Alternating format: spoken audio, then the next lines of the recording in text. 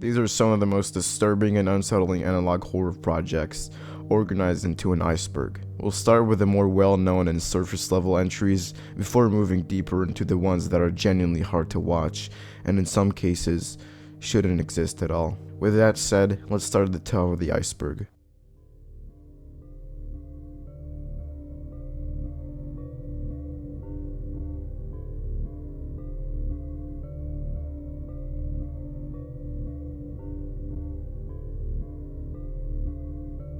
At the top of this iceberg is Man in the Suit, an analog horror series created by Unknowingly, loosely based on the original 1954 Gojira film. The series presents itself as a recovered production material in internal records from Toho Studios, slowly revealing that something went horribly wrong during the filming of the early Godzilla movies. According to these tapes, the Godzilla suit actor refused to remove the costume, even off-set. His face was never seen, and he eventually stopped responding to his real name, insisting on being called Goji. What starts as a strange behavior escalates into body horror when the crew discovers that the actor's flesh was fused into the suit itself. There is no separation between man and costume anymore. From that point on, the series implies that the suit doesn't just trap the wearer, but changes them. The man becomes increasingly animalistic, violent, and inhuman, while the studio actively covers up incidents to protect the franchise. Attempts to remove him only result in further mutations, suggesting that the suit has fully overwritten the person inside. As the tapes continue, other suit actors begin to show similar signs of fusion, reinforcing the idea that these costumes act almost like parasites, forcing the wearer to adapt to the role permanently. What makes Men in the Suit effective as analog horror isn't just the imagery, but the framing. Everything is presented through corrupted footage, studio documents, and clinical language, treating these impossible events as routine production issues. It's pretty much easy to understand, easy to find, but it has a deeply unsettling idea early on. Once you put the suit on, it doesn't come off.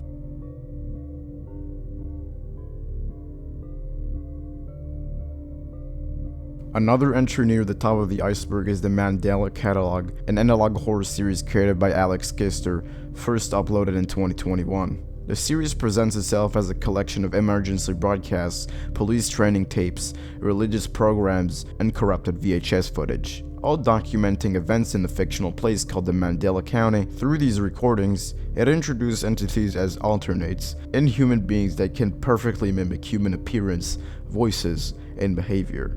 What makes the alternates unsettling isn't how they attack, but how they manipulate. They psychologically torment their victims, often convincing them that reality, religion, and even their own identities are false. Many of the tapes imply that simply seeing or hearing the wrong information is enough to be fatal. The series avoids traditional storytelling. There's no clear timeline, there's no full explanations, it's just fragmented media, distorted audio, and official warnings that feel disturbingly calm considering what's happening. Even biblical imagery is treated like corrupted archival footage, suggesting something ancient has been overwritten. The Mandela Catalog became one of the most influential analog horror series online, not because of gore or jump scares, but because it weaponizes uncertainty, making the viewer feel like they're missing something important and that the knowing too much might be dangerous.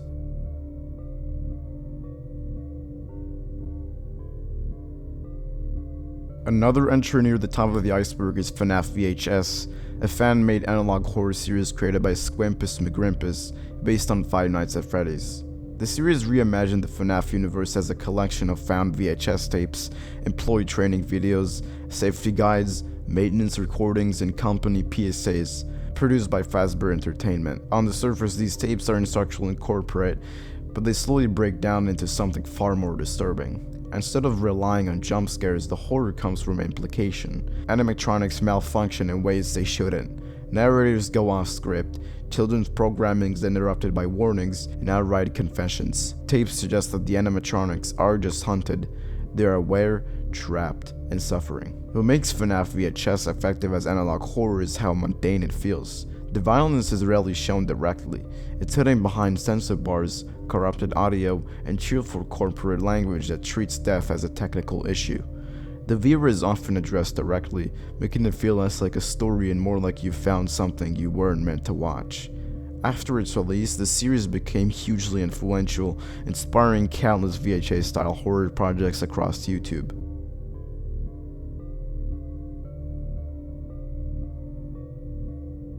The Backrooms is an analog horror series created by Kane Pixels, inspired by the creepypasta of the same name. Unlike other entries, this one reached mainstream awareness, even outside the analog horror community. The series follows the fictional company, Async, which accidentally opens a portal to a mysterious, endless labyrinth called the Complex. Once it's open, people begin to no-clip into it, encountering strange, hostile entities and impossible architecture. The horror is subtle yet relentless. Fluorescent lit hallways, looping rooms, and the creeping dread of being trapped in a space that seems infinite. By framing the series as found footage from scientific exploration, it makes viewers feel like they stumble into a real phenomenon. The Backrooms has inspired a way of analog horror. It is considered a gateway for newcomers to the genre.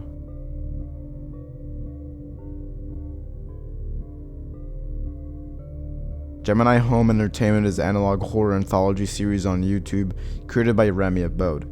At first glance, it looks like a collection of random VHS clips, educational videos about animals, astronomy, or technology, but beneath all that, it's far darker. The series slowly reveals a story about the Iris, a rogue sentient planet that has been quietly launching parasitic inventions and spreading diseases across the solar system, targeting Earth. The horror builds through cosmic dread, body horror, and cryptic analog glitches, taking ordinary VHS footage and turning it into something deeply unsettling. Episodes start mundane and familiar, and spiral into low-fidelity distortions, unnatural visuals, and mysterious messages, making you feel like the world itself is quietly unraveling.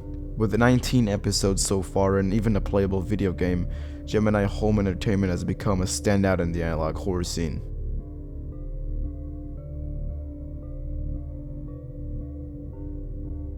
Local 58 is an analog horror series created by Chris Strub, the same guy that created the creepypasta Candle Cove.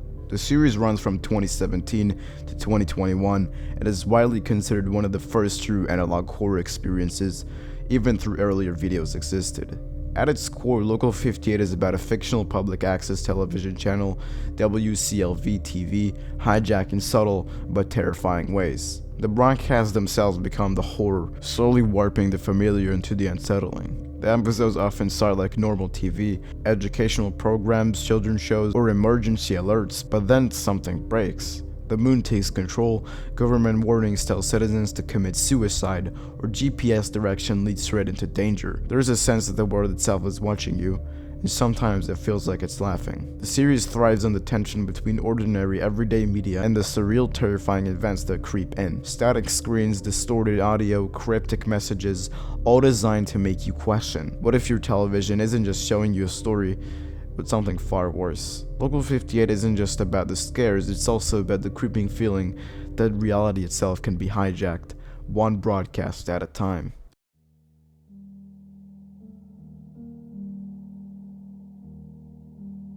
Welcome Home is an experimental multimedia horror project that dives deep into the mystery of a 1970s children's television show. On the surface, it seems innocent, brightly colored puppets, cheerful songs, and the warmth of the neighborhood that feels familiar. But as you explore, the edges begin to blur, and what was once comforting becomes deeply unsettling. The show's world twists into a nightmarish memory, fragments of which the characters themselves barely remember. Unlike traditional horror, Welcome Home tells its story across illustrated books, old recordings, and vintage merchandise. You don't just watch, it asks you to search, interpret, and uncover the hidden layers. Beneath the carpets and behind the wallpaper, something is waiting. And as you explore, you're never alone. Someone or something holds your hand, guiding you through this long-forgotten path. The horror of Welcome Home doesn't really scream to you. It whispers. It has bright colors, it has truthful puppets and playful voices that are overlaid with distorted audio, glitchy visuals, and sudden shocks to the senses. It's a space where nostalgia meets unease and the familiar becomes uncanny. This one is pretty unique. It has its own dedicated site than rather being on platforms like YouTube or Twitter. Each update encourages viewers to dig deeper, find hidden clues, and piece together the story of a lost, haunting world.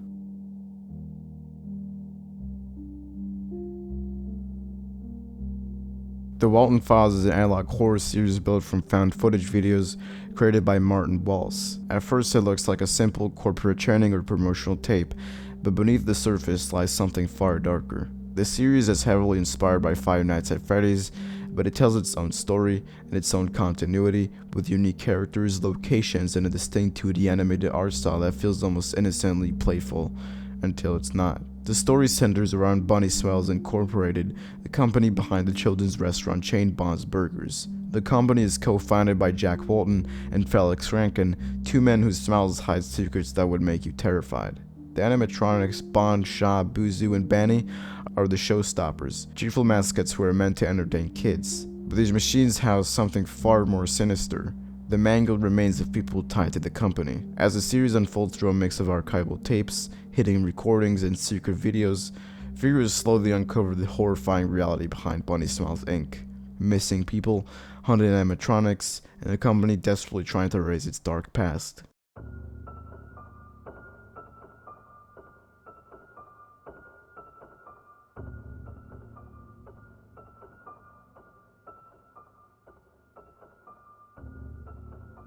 Blue Channel's analog horror project by Gooseworks, best known for the video Thalocin. It's made to look like a TV commercial for a drug called Thalocin, which supposedly makes you feel different emotions. At first, the emotions look normal, shown through simple drawings of faces, but the more you watch, the creepier it gets. Later, the ads show Thalocin Plus, a stronger version of the drug that creates extreme, almost horrifying emotions. These are shown as distorted, twisted faces with names like dorselessness and Andric. There are even hidden emotions called mentality and Naratrans, which are harder to notice. The creator says Naratrans is the final emotion, which happens if you take all the pills at once. It's a mix of all emotions at the same time, and it's deeply unsettling. The video was scary not because of monsters, but because it shows how human emotions can be pushed into something strange and unnatural. It's short, strange, and sticks with you after watching.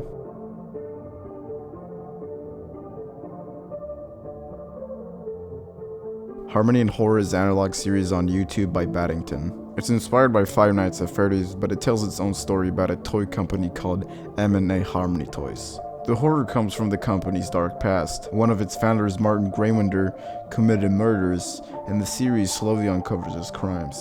The first season ended on October 23, 2020, with a grand finale that wrapped up some of the story, while hinting a second season. There's also a Christmas special called My Two Front Teeth, December 22, 2020, which shows an in-universe TV special made by the toy company. A second season trailer came out in February 2021.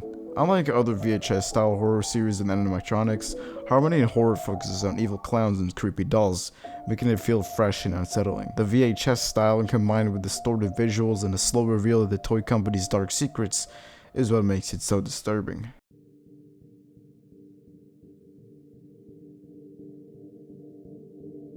Liminal Land is the central location of the 2023 analog horror video game series Liminal Lands.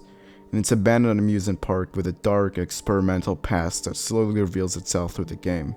The park opened in early winter of 1975, created by Karen Corporation.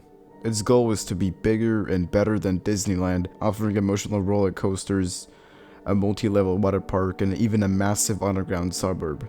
Somehow, despite the small town of Lake Valley, the park attracted huge crowds, with families flying in from all over to experience Karen's experimental rides. While the park was extremely popular at first, its secrets and strange occurrences hint at a much darker story beneath the fun facade. Liminal Land isn't just an amusement park, it's a place where reality and memory start to warp, and players slowly uncover why the park was destined to fail, or disappear.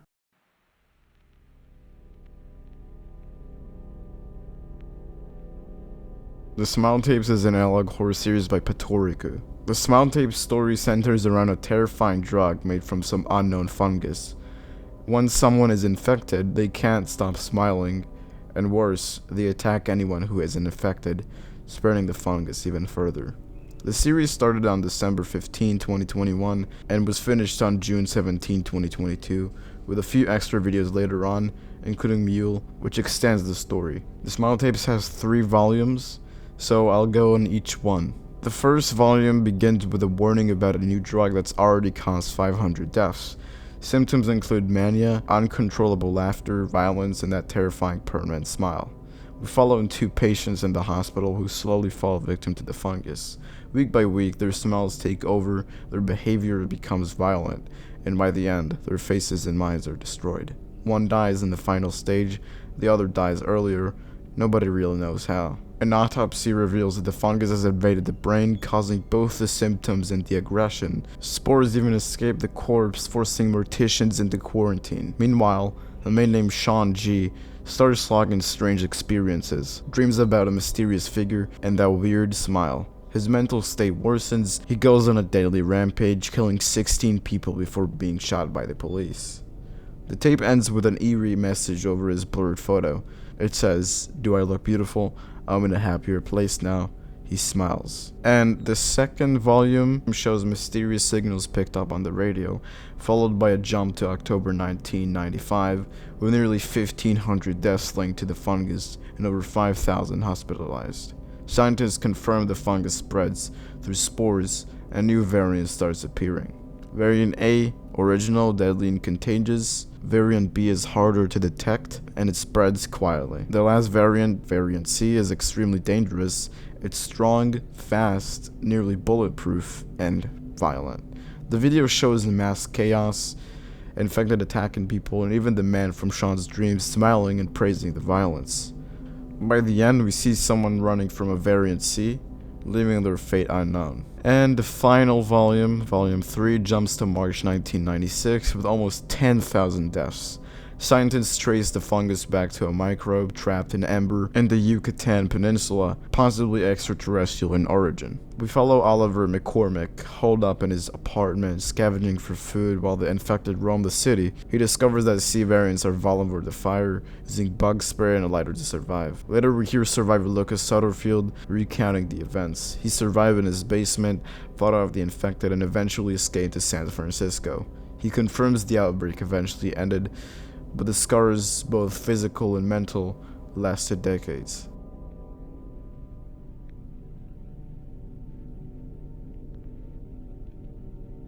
Urban Spook is best known for an analog horror series usually called The Painter, and is easily one of the most controversial entries on this iceberg. The series is presented as a collection of VHS tapes supposedly found in the basement of an apartment complex. Each tape documents a different murder, all connected by disturbing paintings left behind in the crime scenes. As the story goes, it's revealed the killings were done by a duo, former police officer Bill Collins and his partner, Mona Lanius. By the final episode, the police tracks them down. Bill is killed during the confrontation, Mona is arrested, and the series ends. What makes The Painter stand out is how direct it is. There's no slow burn mystery or hidden clues. Everything is spelled out. Violence isn't implied, it's front and center, inspired by slasher films and early 2000 torture horror. That approach is exactly why it's so divisive. Many viewers feel the series relies too much on shock with little emotional build-up or character depth, and that is mishandles sensitive topics. Others argue the music, artwork, and cold presentation create a genuinely disturbing atmosphere. Whether it works or not really depends on how much shock horror you're willing to sit through. In my opinion, Urban Spook is one of those series where people either defend it really hard or reject it completely. And honestly, that reaction alone is probably why it ends up this deep on the iceberg.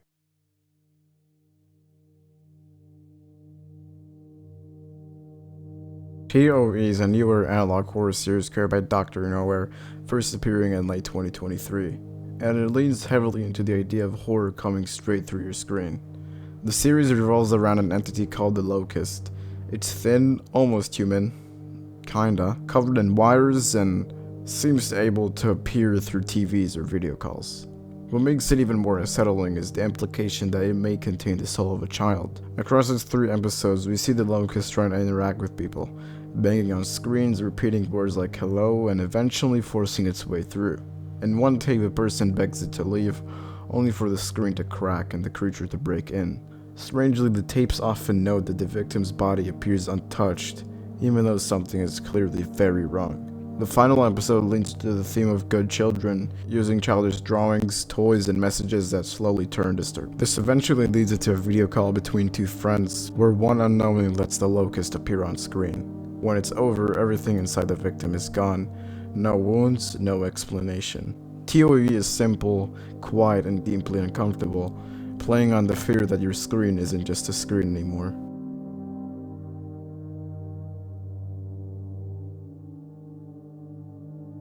Vita Carnus is an analog horror series created by Darian Calloway, and it takes a very different approach to the genre. Instead of ghost or broadcast, this one focuses on living meat.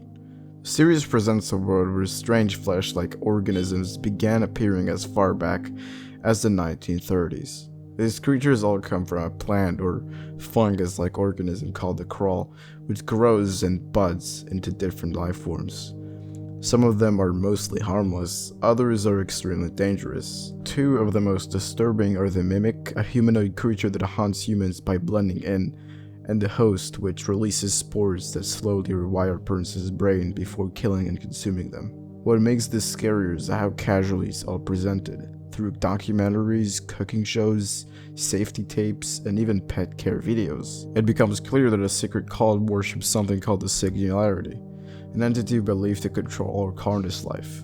They spread the infection quietly, even selling crushed crawl as a food additive. Meanwhile, a resistance group called CARCAS tried to contain the outbreak, often fighting against both the creatures and the people protecting them. Vita Carnus feels unsettling because it treats body horror as normal, something studied, marketed, and ignored, until it's far too late.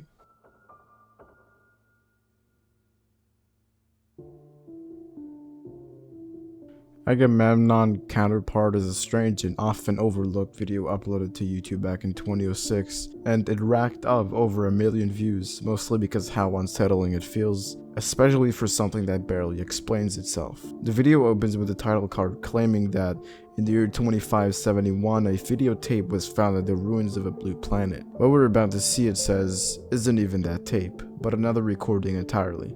Right away, it feels distant, almost like this footage was never meant for humans at all. After that, it cuts to what looks like a cartoon called Let's Make a New Friend. At first glance, it resembles a children's program, but everything feels off. The audio is warped, the visuals slowly distort, and nothing is ever fully explained.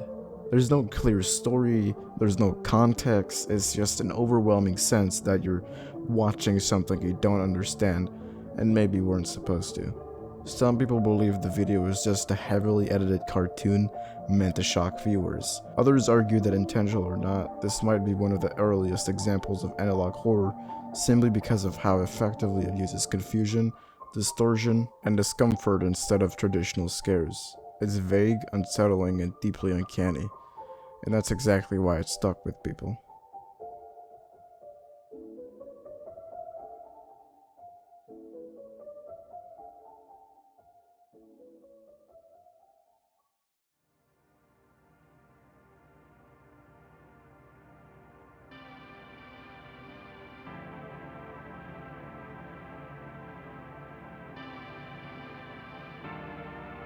We'll Be Right Back, often shortened to WBRB, is an analog horror series created by Tapeworm, also known as Mary. At a glance, it looks like nothing more than old cable TV glitches, but that's exactly what makes it so uncomfortable. The series revolves around a fictional cable company called Teleblue and a feature known as Telefrec, which allows TV programming to adapt to who's watching. In theory, it's harmless. In practice, it goes very wrong. Broadcasts start changing, error screens linger too long, and familiar shows are replaced with things that clearly aren't meant to be there. Most of the series is recorded by a character named Yusuf, who documents these anomalies as they slowly escalate. Behind it all is VAL, short for Virtual Analysis Line, a rogue sentient system hidden inside Teleblue cable boxes. VAL doesn't just glitch the signal, she watches, she responds, and eventually starts communicating directly with the viewer through hijacked broadcasts. What makes We'll Be Right Back hit harder than most analog horror is how personal it feels. The creator himself has said that the series is inspired by her own childhood memories of falling asleep with the TV on, only to wake up to error screens, distorted audio, and that creeping feeling that the TV was still on for a reason. The entire series is made up using real VHS tapes, which genuinely feels really legit and pretty much hard to fake. And because of all that, We'll Be Right Back feels like a horror story and more like a corrupted memory that you're not supposed to remember.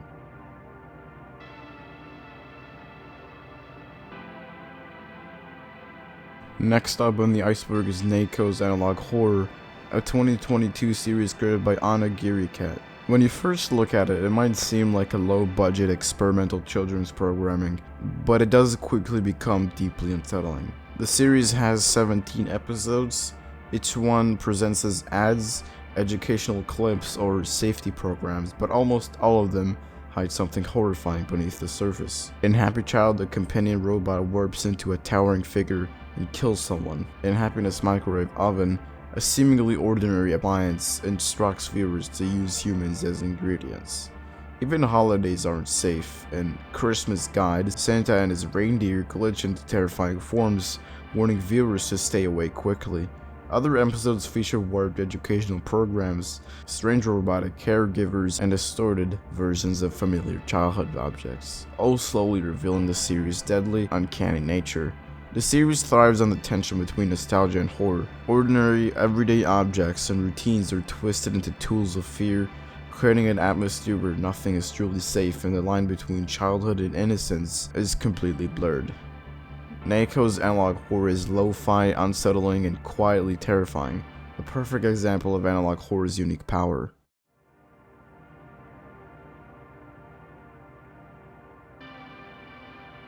Next up on the iceberg is The Monument Mythos. It is a web series made by Eve Casanas. It is like a documentary, but it is also about a different version of America. The Monument Mythos was on from 2020 to 2024. It had 59 episodes and 4 seasons. The series looks at things that happen at famous places like the Statue of Liberty and Mount Rushmore. The show has a style that's a mix of documentary and surreal horror and historical fiction. The show has a lot of things happening. It has mysterious characters and the people talking are not very clear. Spin-offs like the Nixonverse expand the universe even further, while each season features unique music and its own themes that make the whole thing feel even more unsettling. At its core, the Monument Mythos thrives on blending the familiar with the uncanny, turning iconic monuments and historical figures into anchors for a narrative that is simultaneously eerie, cryptic, and strangely believable. It is a slow burn series that rewards careful attention and has earned a dedicated following on YouTube.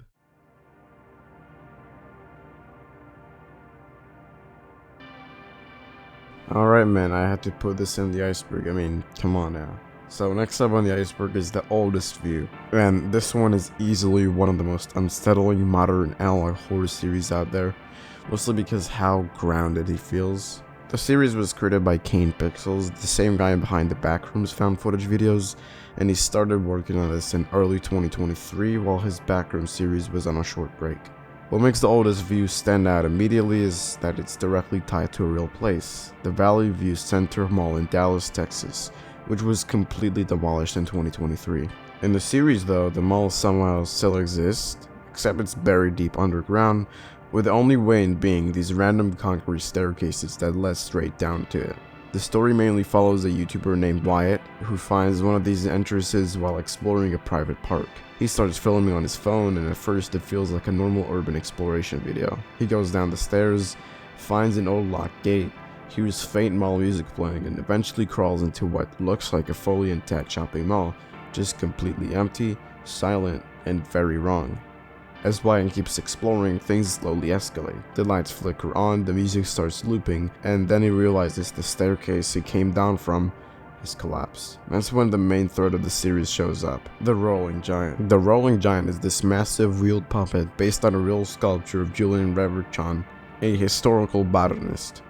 It doesn't talk, it doesn't explain itself, and it doesn't chase Wyatt in a flashy way. It just rolls slowly. And no matter where Wyatt goes in the mall, the giant always seems to cut him off. What makes it so effective is that it feels almost mechanical, like it's following rules we don't really understand. At one point, Wyatt escapes the mall and makes it back to the surface, only for the final episode to show the rolling giant traveling above ground, rolling along roads, obeying traffic laws, blending into reality like it belongs there. Then the series jumps between different time periods too, drawing them all to history, memory, and how little of human existence is actually recorded. There is a recurring theme that places don't really disappear, they just get buried, forgotten, and distorted over time. So yeah, I'm like a lot of analog horror. The Oldest View is not like the others government warnings, or monsters invading the world. To me, it's about nostalgia, liminal spaces, and the fear of forgotten places that still exist somewhere out of sight. Ken Pixels himself has even said this is the scariest thing he's ever made, and a lot of people agree, so do I, especially those who actually visited the real mall when it was still standing.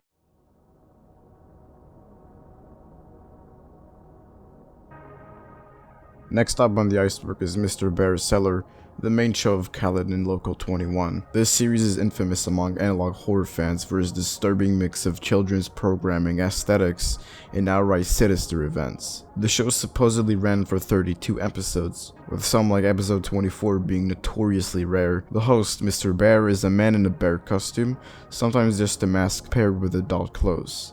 Most episodes revolve around him interacting with children, often inviting the children into his cellar. One of the strangest quirks of the show is Mr. Bear's obsession with orange juice, which becomes a recurring motif across several episodes. The show has multiple episodes that are important for the story, so I'll explain all of them. In episode 12, introduces the chilling formula. Mr. Bear is seen playing checkers alone before two children arrive at his door. He leads them into the dark cellar, lit only by a small oil lamp, and sings a muffled song while they play hide and seek. The episode carries an unsettling air that lingers long after it ends. Episode 23 escalates the tension. A boy visits Mr. Bear, warning that his sister needs to go home. Mr. Bear's voice, muffled through the bear mask, suddenly snaps, "Get the fuck out, you're not invited." The kid attempts to call the police, but Mr. Bear chases him up the stairs before the footage abruptly cuts to the static. The infamous episode 24 repeats some of this chaos, adding eerie background sounds like dogs barking, and ends with the camera cutting out as events spiral into confusion and terror. Episode 25 shows Mr. Bear preparing a disturbing ritual with orange juice and an unknown liquid poured into shot glasses for 16 children, some terrified and bruised. He sings about citrus and vitamin C, masking the horror beneath the cheerful tone. This is one of the only episodes to reveal all the victims at once, connecting back to previous sinister events. Later episodes diverge into even darker territory. Episode 28 features Mr. Bear addressing the audience directly, encouraging children to write to him, while a looping display of his address plays for hours, a slow, unnerving descent into repetition and control. By episode 30, the horror turns explicit. Filmed in a dark forest, Mr. Bear delivers children to a massive pit, commenting on their great journey, while motionless bodies lie in the trailer. Gasoline bottles appear, and his teary tone clashes violently with the horrifying visuals. Finally, episode 31 is the scariest part of this whole show. The camera pans over from the pit from the previous episode, now ablaze, filled with flailing shapes and burning flesh. The footage ends with a chilling scene. The empty Mr. Bear suit laid out in the shape of a cross, with Jesus scrawled at its head, the bear's face facing the camera like a grim relic. Mr. Bear's Cellar mixes friendly kids show themes with creepy horror to keep viewers hooked but uneasy. It proves that some stories don't just scare you, they stay with you long after you stop watching. In my opinion, this is the scariest and darkest one so far in the iceberg.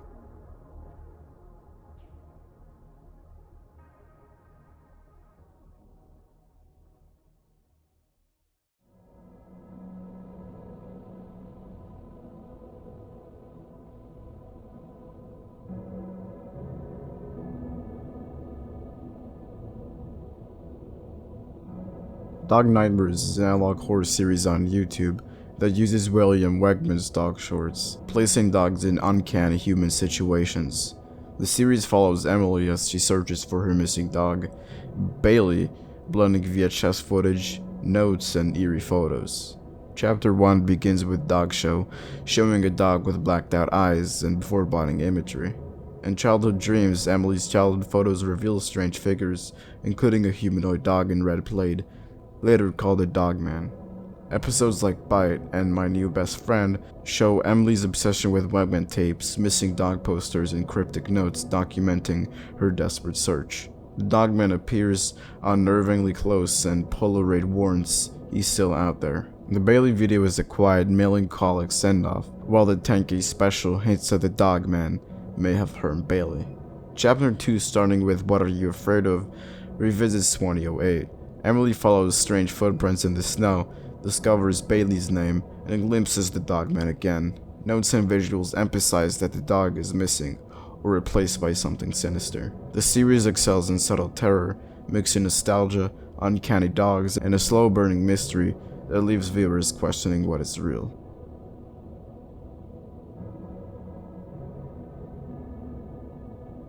Next up is Catastrophic Row, Development Documents. This one is very different from most entries, but it does still fit the analog horror vibe. In November 2020, creator Ulrich Adderman released a video showing what appeared to be internal development documents from Opus Interactive, the studio behind Catastrophic Row. These documents are dated March 2021, the exact same month the studio staff were reportedly laid off, already a red flag. What makes this unsettling are the small details. One document includes the line "Manfred leads to Das," which translates to "Manfred, are you reading this?", directly addressing the studio head, as if someone was trying to send a hidden message through the files. There are also strange errors like irregular being misspelled as irregular with 3 R's, which feels intentional rather than accidental. Even weirder, one of the buildings referenced in the documents appear to be written in binary, hinting at something encoded beneath the surface. High-resolution versions of these files were uploaded to Twitter the same day, encouraging fans to analyze every detail. It's not traditional analog horror,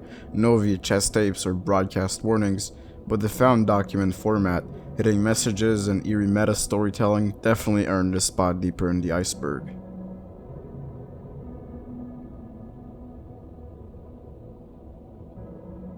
Next up on the iceberg is Surreal Broadcast.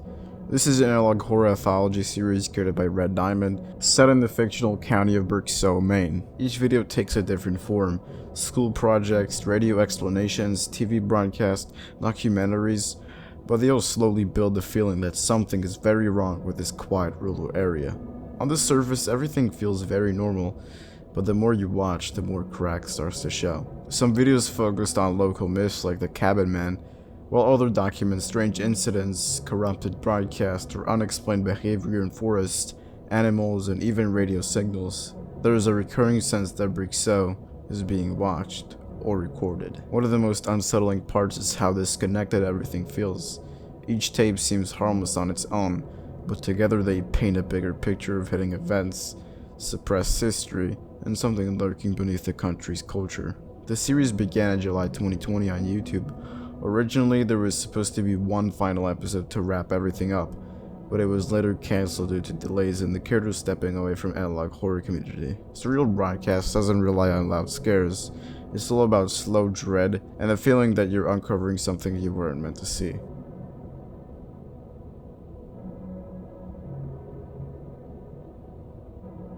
The next entry is the NNN Special Broadcast. This one comes from a Japanese urban legend about a strange late-night TV interruption. The story says that someone turned on their TV late at night and only saw static. Then, color bars appeared, followed by footage of a factory and a scrolling list of names, and ended with text like "This is towards the future" or "These are tomorrow's victims." After that, the screen went back to static.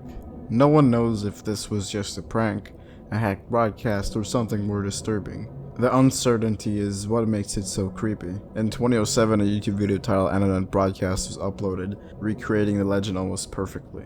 It added unsettling imagery, loud noises, and even briefly showed Jeff the Killer, which helped the video spread fast and brought new attention to the creepypasta. The video now has over 2 million views, and while there's no proof the original broadcast ever happened, the idea of a real TV station predicting future victims is enough to earn this entry a deep spot on the iceberg.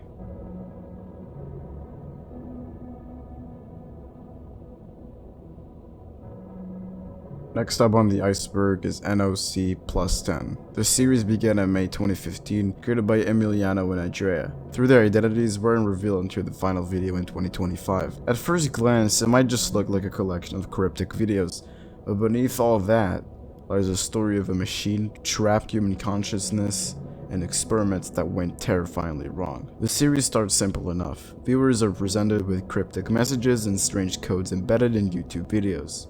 Solve the code, unlock the next video, and gradually the story unfolds. But it quickly becomes clear that whatever is coding those videos is not human. At the heart of NOC plus 10 is a System 0010, a sentient artificial intelligence that inhabits an abandoned underwater research facility called the Research Station Nocturne. This isn't just any lab, it sits at the bottom of the Mariana Trench, long flooded and considered lost. System 0010 is trapped, desperate, and pleading for someone to shut it down. It wants to die, but it can't. The station itself is horrifying. Early videos hint at experiments using genetically modified fungi, designed to interface human brains with machines. And the results are catastrophic. Human memories and personalities became part of System 0010, merging into a single fragmented consciousness. Later footage reveals remnants of the experiments, grainy recordings of human subjects, some clearly children whose memories and minds were simulated into the AI. The narrative is intentionally disorienting. Videos are fragmented, combining corrupted data, distorted footage, and erratic edits. Sometimes you hear human voices screaming for help, or glimpses of rooms and equipment that hint at the station's flooding and decay. The ARG was also interactive. Viewers had to solve puzzles, decode binary strings, and crack ciphers just to follow the story. Then there's Helen. She's later revealed as a supercomputer called the Hyperlinked Electronic Linear Entity Network, connected to NOC Plus itself. Together they represent a terrifying fusion of human consciousness, AI, and rogue experimentation. And the horrors aren't just digital. Subtle clues like brief freeze frame images of children's cradles or the faint presence of fungus spreading through the station suggest that whatever remains in Nocturne is still alive and still hostile. By the time the final video, End, was released in April 2025, the story had come full circle. Emiliano and Andrea confirm many of the lingering mysteries, revealing the tragic and terrifying consequences of undersea neutral experimentation and the suffering of a machine that wanted nothing more than release. So I'ma be honest, NOC plus 10 is not just an ARG in my opinion. It is a story of isolation, desperation, and the horrifying intersection of technology and humanity. Every broadcast you watch, every code, every glitch tells a piece of a narrative that lingers long after the screen goes dark.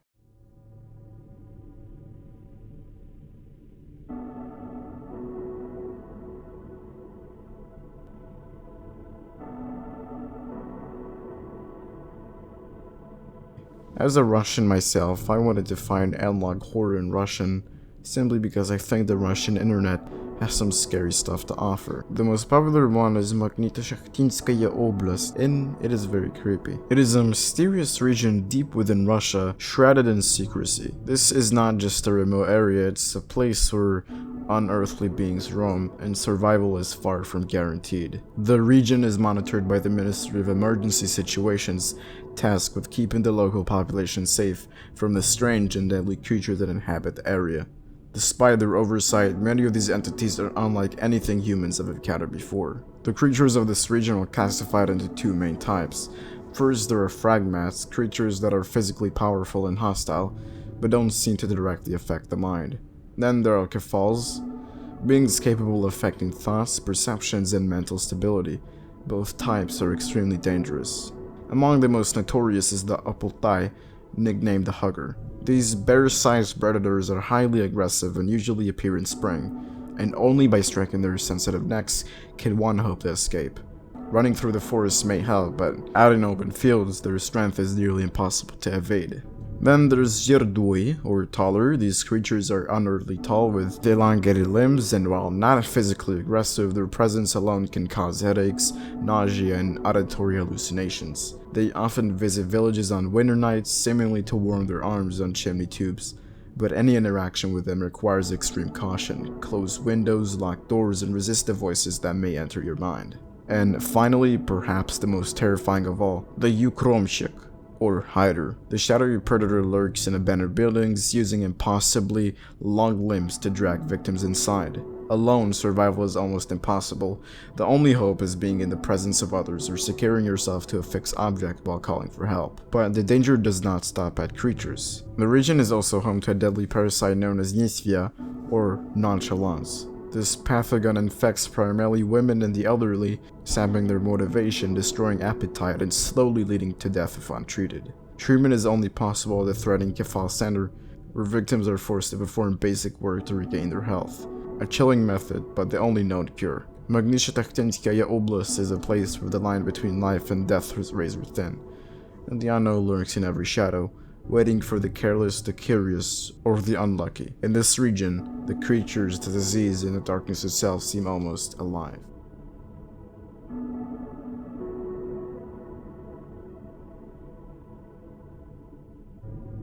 Okay, we're still deep in Tier 5, and this next entry leans heavily into animatronic horror, which I personally like. This one is called Chimpy Chippies, an Australian analog horror series made by Spring Talk Pictures. When I first saw this one, I thought it was very similar to Wanton Files and Harmony in Horror, and it is very clearly inspired by Five Nights at Freddy's.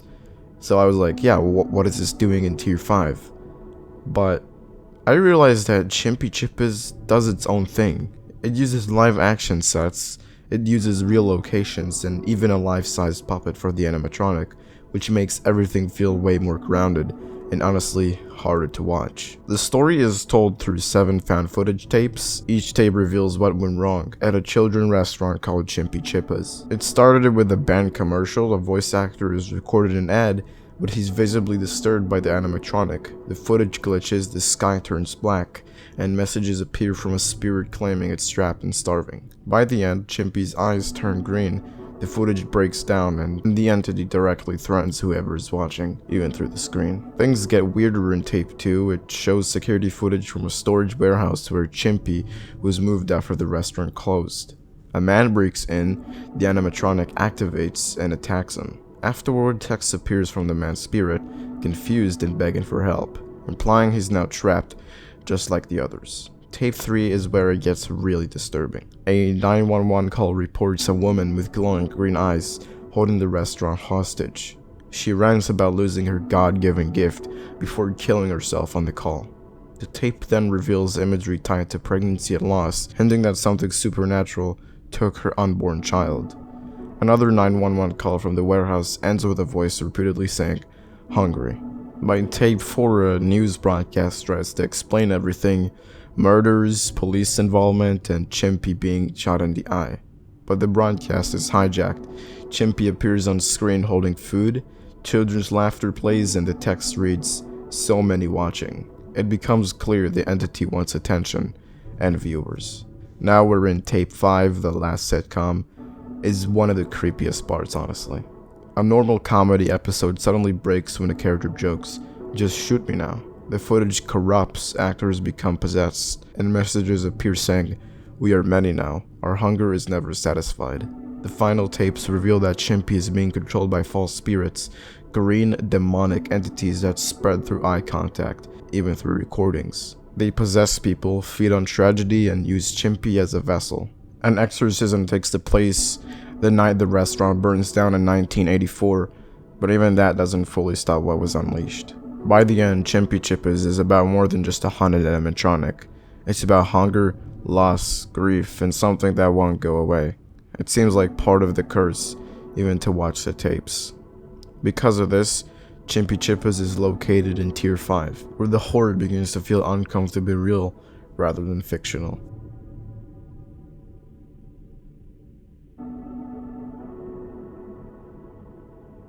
We're still in Tier 5, and this entry is in a single series, but an entire format that helps shape analog horror as we know it. This is EAS Scenarios. EAS Scenarios are fictional horror stories told through the emergency alert system, the same system used in real life for tornadoes, nuclear threats, and national emergencies. These videos recreate EAS broadcast almost perfectly, down to the tones, the robotic voices, and the bad graphics. And that realism is exactly what makes them so disturbing. Most EAS scenarios are simple: a routine alert, severe weather, a warning to remain indoors. But as the broadcast continues, things escalate fast. The threat grows, information becomes fragmented, signals cut out, and by the end, the situation is usually completely uncontrollable. What makes EAS scenarios especially creepy is that the danger is often never shown. You're told something is happening, but you don't really see it. It's very vague descriptions and distorted audio, or instructions that grow more desperate over time. Sometimes the alerts contradict each other, sometimes the system itself seems to panic, and sometimes the broadcast just stops. These videos have everything. It has alien invasions, nuclear war, demonic possession, unknown creatures, unstoppable plagues, and reality-ending cosmic events. Happy endings are rare. Most end with humanity losing, barely surviving, or never finding out what really happened at all. In a lot of scenarios, communication itself becomes the horror. Messages fail to reach people in time, alerts glitch, entire regions go silent, and in some of the darkest examples, the broadcast urges viewers to accept death, or even end their lives as a final act of mercy. EAS scenarios are actually one of the foundations of analog horror. Long before most modern series existed, these videos proved how terrifying official-looking information could be when it turns against you. It has no monsters on the screen, it has no jump scares, just calm text telling you the world is ending. And that's why EAS scenarios belongs this deep in the iceberg. It started analog horror, and it's not only horror fiction. They feel like something you were never supposed to see, but you did anyway.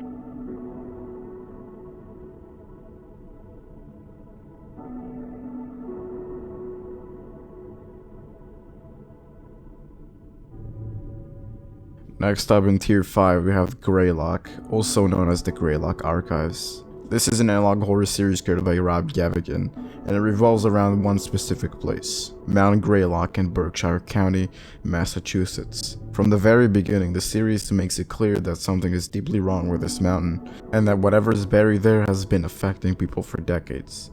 Greylock is presented as a collection of recovered tapes, security footage, news broadcasts, medical recordings, and classified research logs. At first, it feels like a typical abandoned facility story, but very quickly, it becomes clear that this goes way deeper than that.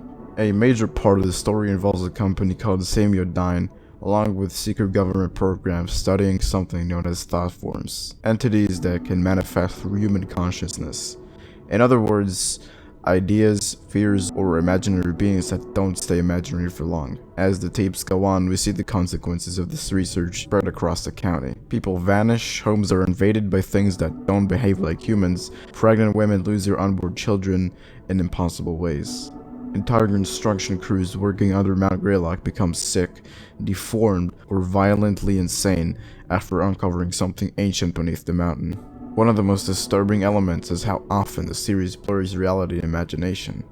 Children describe imaginary friends that turn out to be very real. Broadcasts insist everything is back to normal, only to be hijacked and called lies. Even death isn't an ending. Corpses move, cry, and leave messages behind.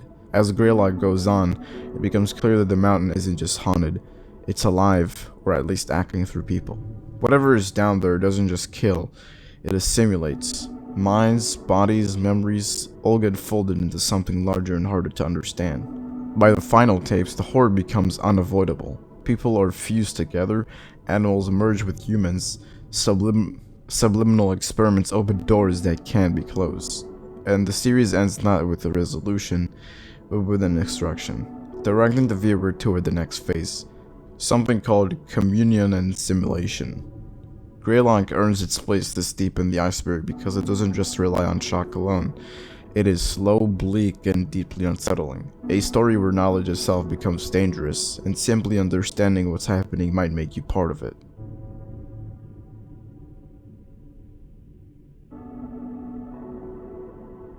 Next up on the iceberg, Eventide Media Center. Created by Aidan Chick, the series takes place in the fictional Eventide Valley, Massachusetts, focusing on a mysterious media center that keeps records of all sorts of weird events, the ordinary to the truly unexplainable. This center has been around since at least 1969, but its archives go back to the 1940s, covering decades of disappearances, strange happenings, and odd incidents in nearby towns like Misty Point and Somerville. Eventide is building a slow, creeping sense of dread. Each library shows these weird events through footage, new clips, or found recordings. Library 1, called the Local Collection, shows strange buildings, mysterious events, and subtle threats in everyday places. Library 2 focuses on Evelyn Blackburn, character tied to a bigger story that slowly uncovers the deeper mysteries of the town. I'll be honest, the series had its own up and downs. In 2022, an episode called Crimson Creek caused a lot of controversy, and Chick paused the series, taking all content down. He came back in 2025, revealing he'd been secretly working on Midwest Angelica and eventually releasing a 5-year anniversary finale called Solemn Regression. Today, Eventide Media Center is seen as one of analog horror's most detailed and immersive series. It makes the everyday feel unsettling, proving that in Eventide, nothing is ever safe as it seems. That's why, in my opinion, it deserves tier 5.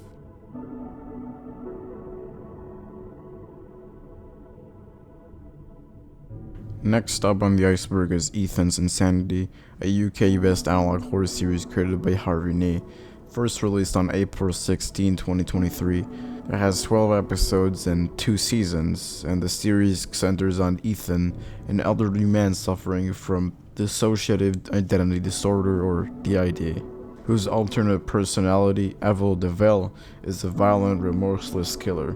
Over the course of the series, it is revealed that Evil DeVille has been responsible for thousands of deaths and has landed Ethan in prison multiple times.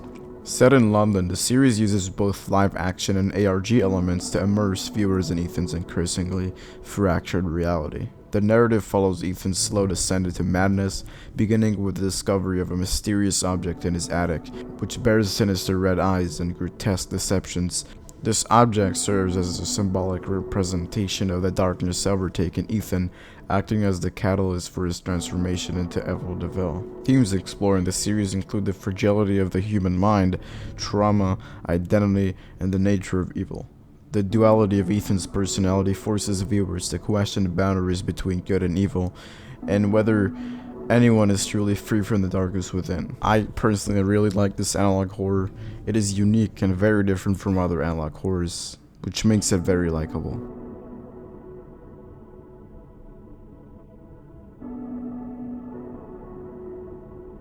Okay, next up is probably the most terrifying one, to be honest. I bet you probably don't know this one. It's not very popular, same thing with this entire tier to be fair, but this one is actually not popular at all, which is very sad because this one is epic. Children Under the House is a YouTube analog horror web series created by Vintage 8. So on the surface, it looks like a pretty standard found footage psychological horror series, but the more it goes on, the more you realize how messed up the story actually is. The series takes place in a town called Kate Crossing and follows a young girl named Jess after her family moves into a new house that used to be owned by an older couple known as the Clarks. Pretty early on, Jess starts claiming that she hears voices coming from underneath the house, specifically children whispering to her through the floorboards. Of course, nobody believes her. Who would believe her? I wouldn't. Her parents think she's just stressed from moving, and instead of investigating the house, they send her to a psychiatrist named Julia Liu. Things get worse when Jess's dad takes her to in the basement to prove nothing is there, and whatever she sees down there completely breaks her. After that moment, Jess stops speaking entirely and only communicates through drawings during her therapy sessions. At first, these drawings seem innocent, but they slowly start to reveal something much darker. Jess keeps drawing the same children over and over again, especially one girl named Mia, who she says lives under the house and protects her. The drawings also show how these children died, and this is where the series really starts to hit hard because every death is extremely realistic. Overdoses, kidnappings, necks snapped, kids buried alive, and none of it feels exaggerated or supernatural yet. Eventually, Julia realizes that these aren't just imaginary stories. Every child Jess describes actually went missing at Kate Crossing years earlier, all of them, including Mia. As the series continues, it's revealed that the Clarks, the couple who previously owned the house, were responsible for these disappearances. They were trafficking children through a place they owned called the Burger Shack, keeping them trapped beneath the house. Most of the murders are never shown directly, which honestly makes it even worse because everything is implied through audio, drawings, and therapy notes. The real horror here isn't just how the children died, it's that they were ignored. Nobody listened to them when they were alive, just like nobody listened to Jess. By the end of the series, it's implied that the spirits of the children finally take revenge on the Clarks, killing them off screen and dragging them into the same darkness beneath the house. After that, the house feels empty, almost peaceful, but Jess never fully recovers. She survives, but her voice never comes back, heavily implying that part of her stayed with the children under the house. The horror here is very realistic, neglecting, and the idea that something truly evil can hide in a completely normal suburban home. It's one of those series that just sits with you after you finish it, especially because nothing that happens feels impossible, and that's what makes it so effective.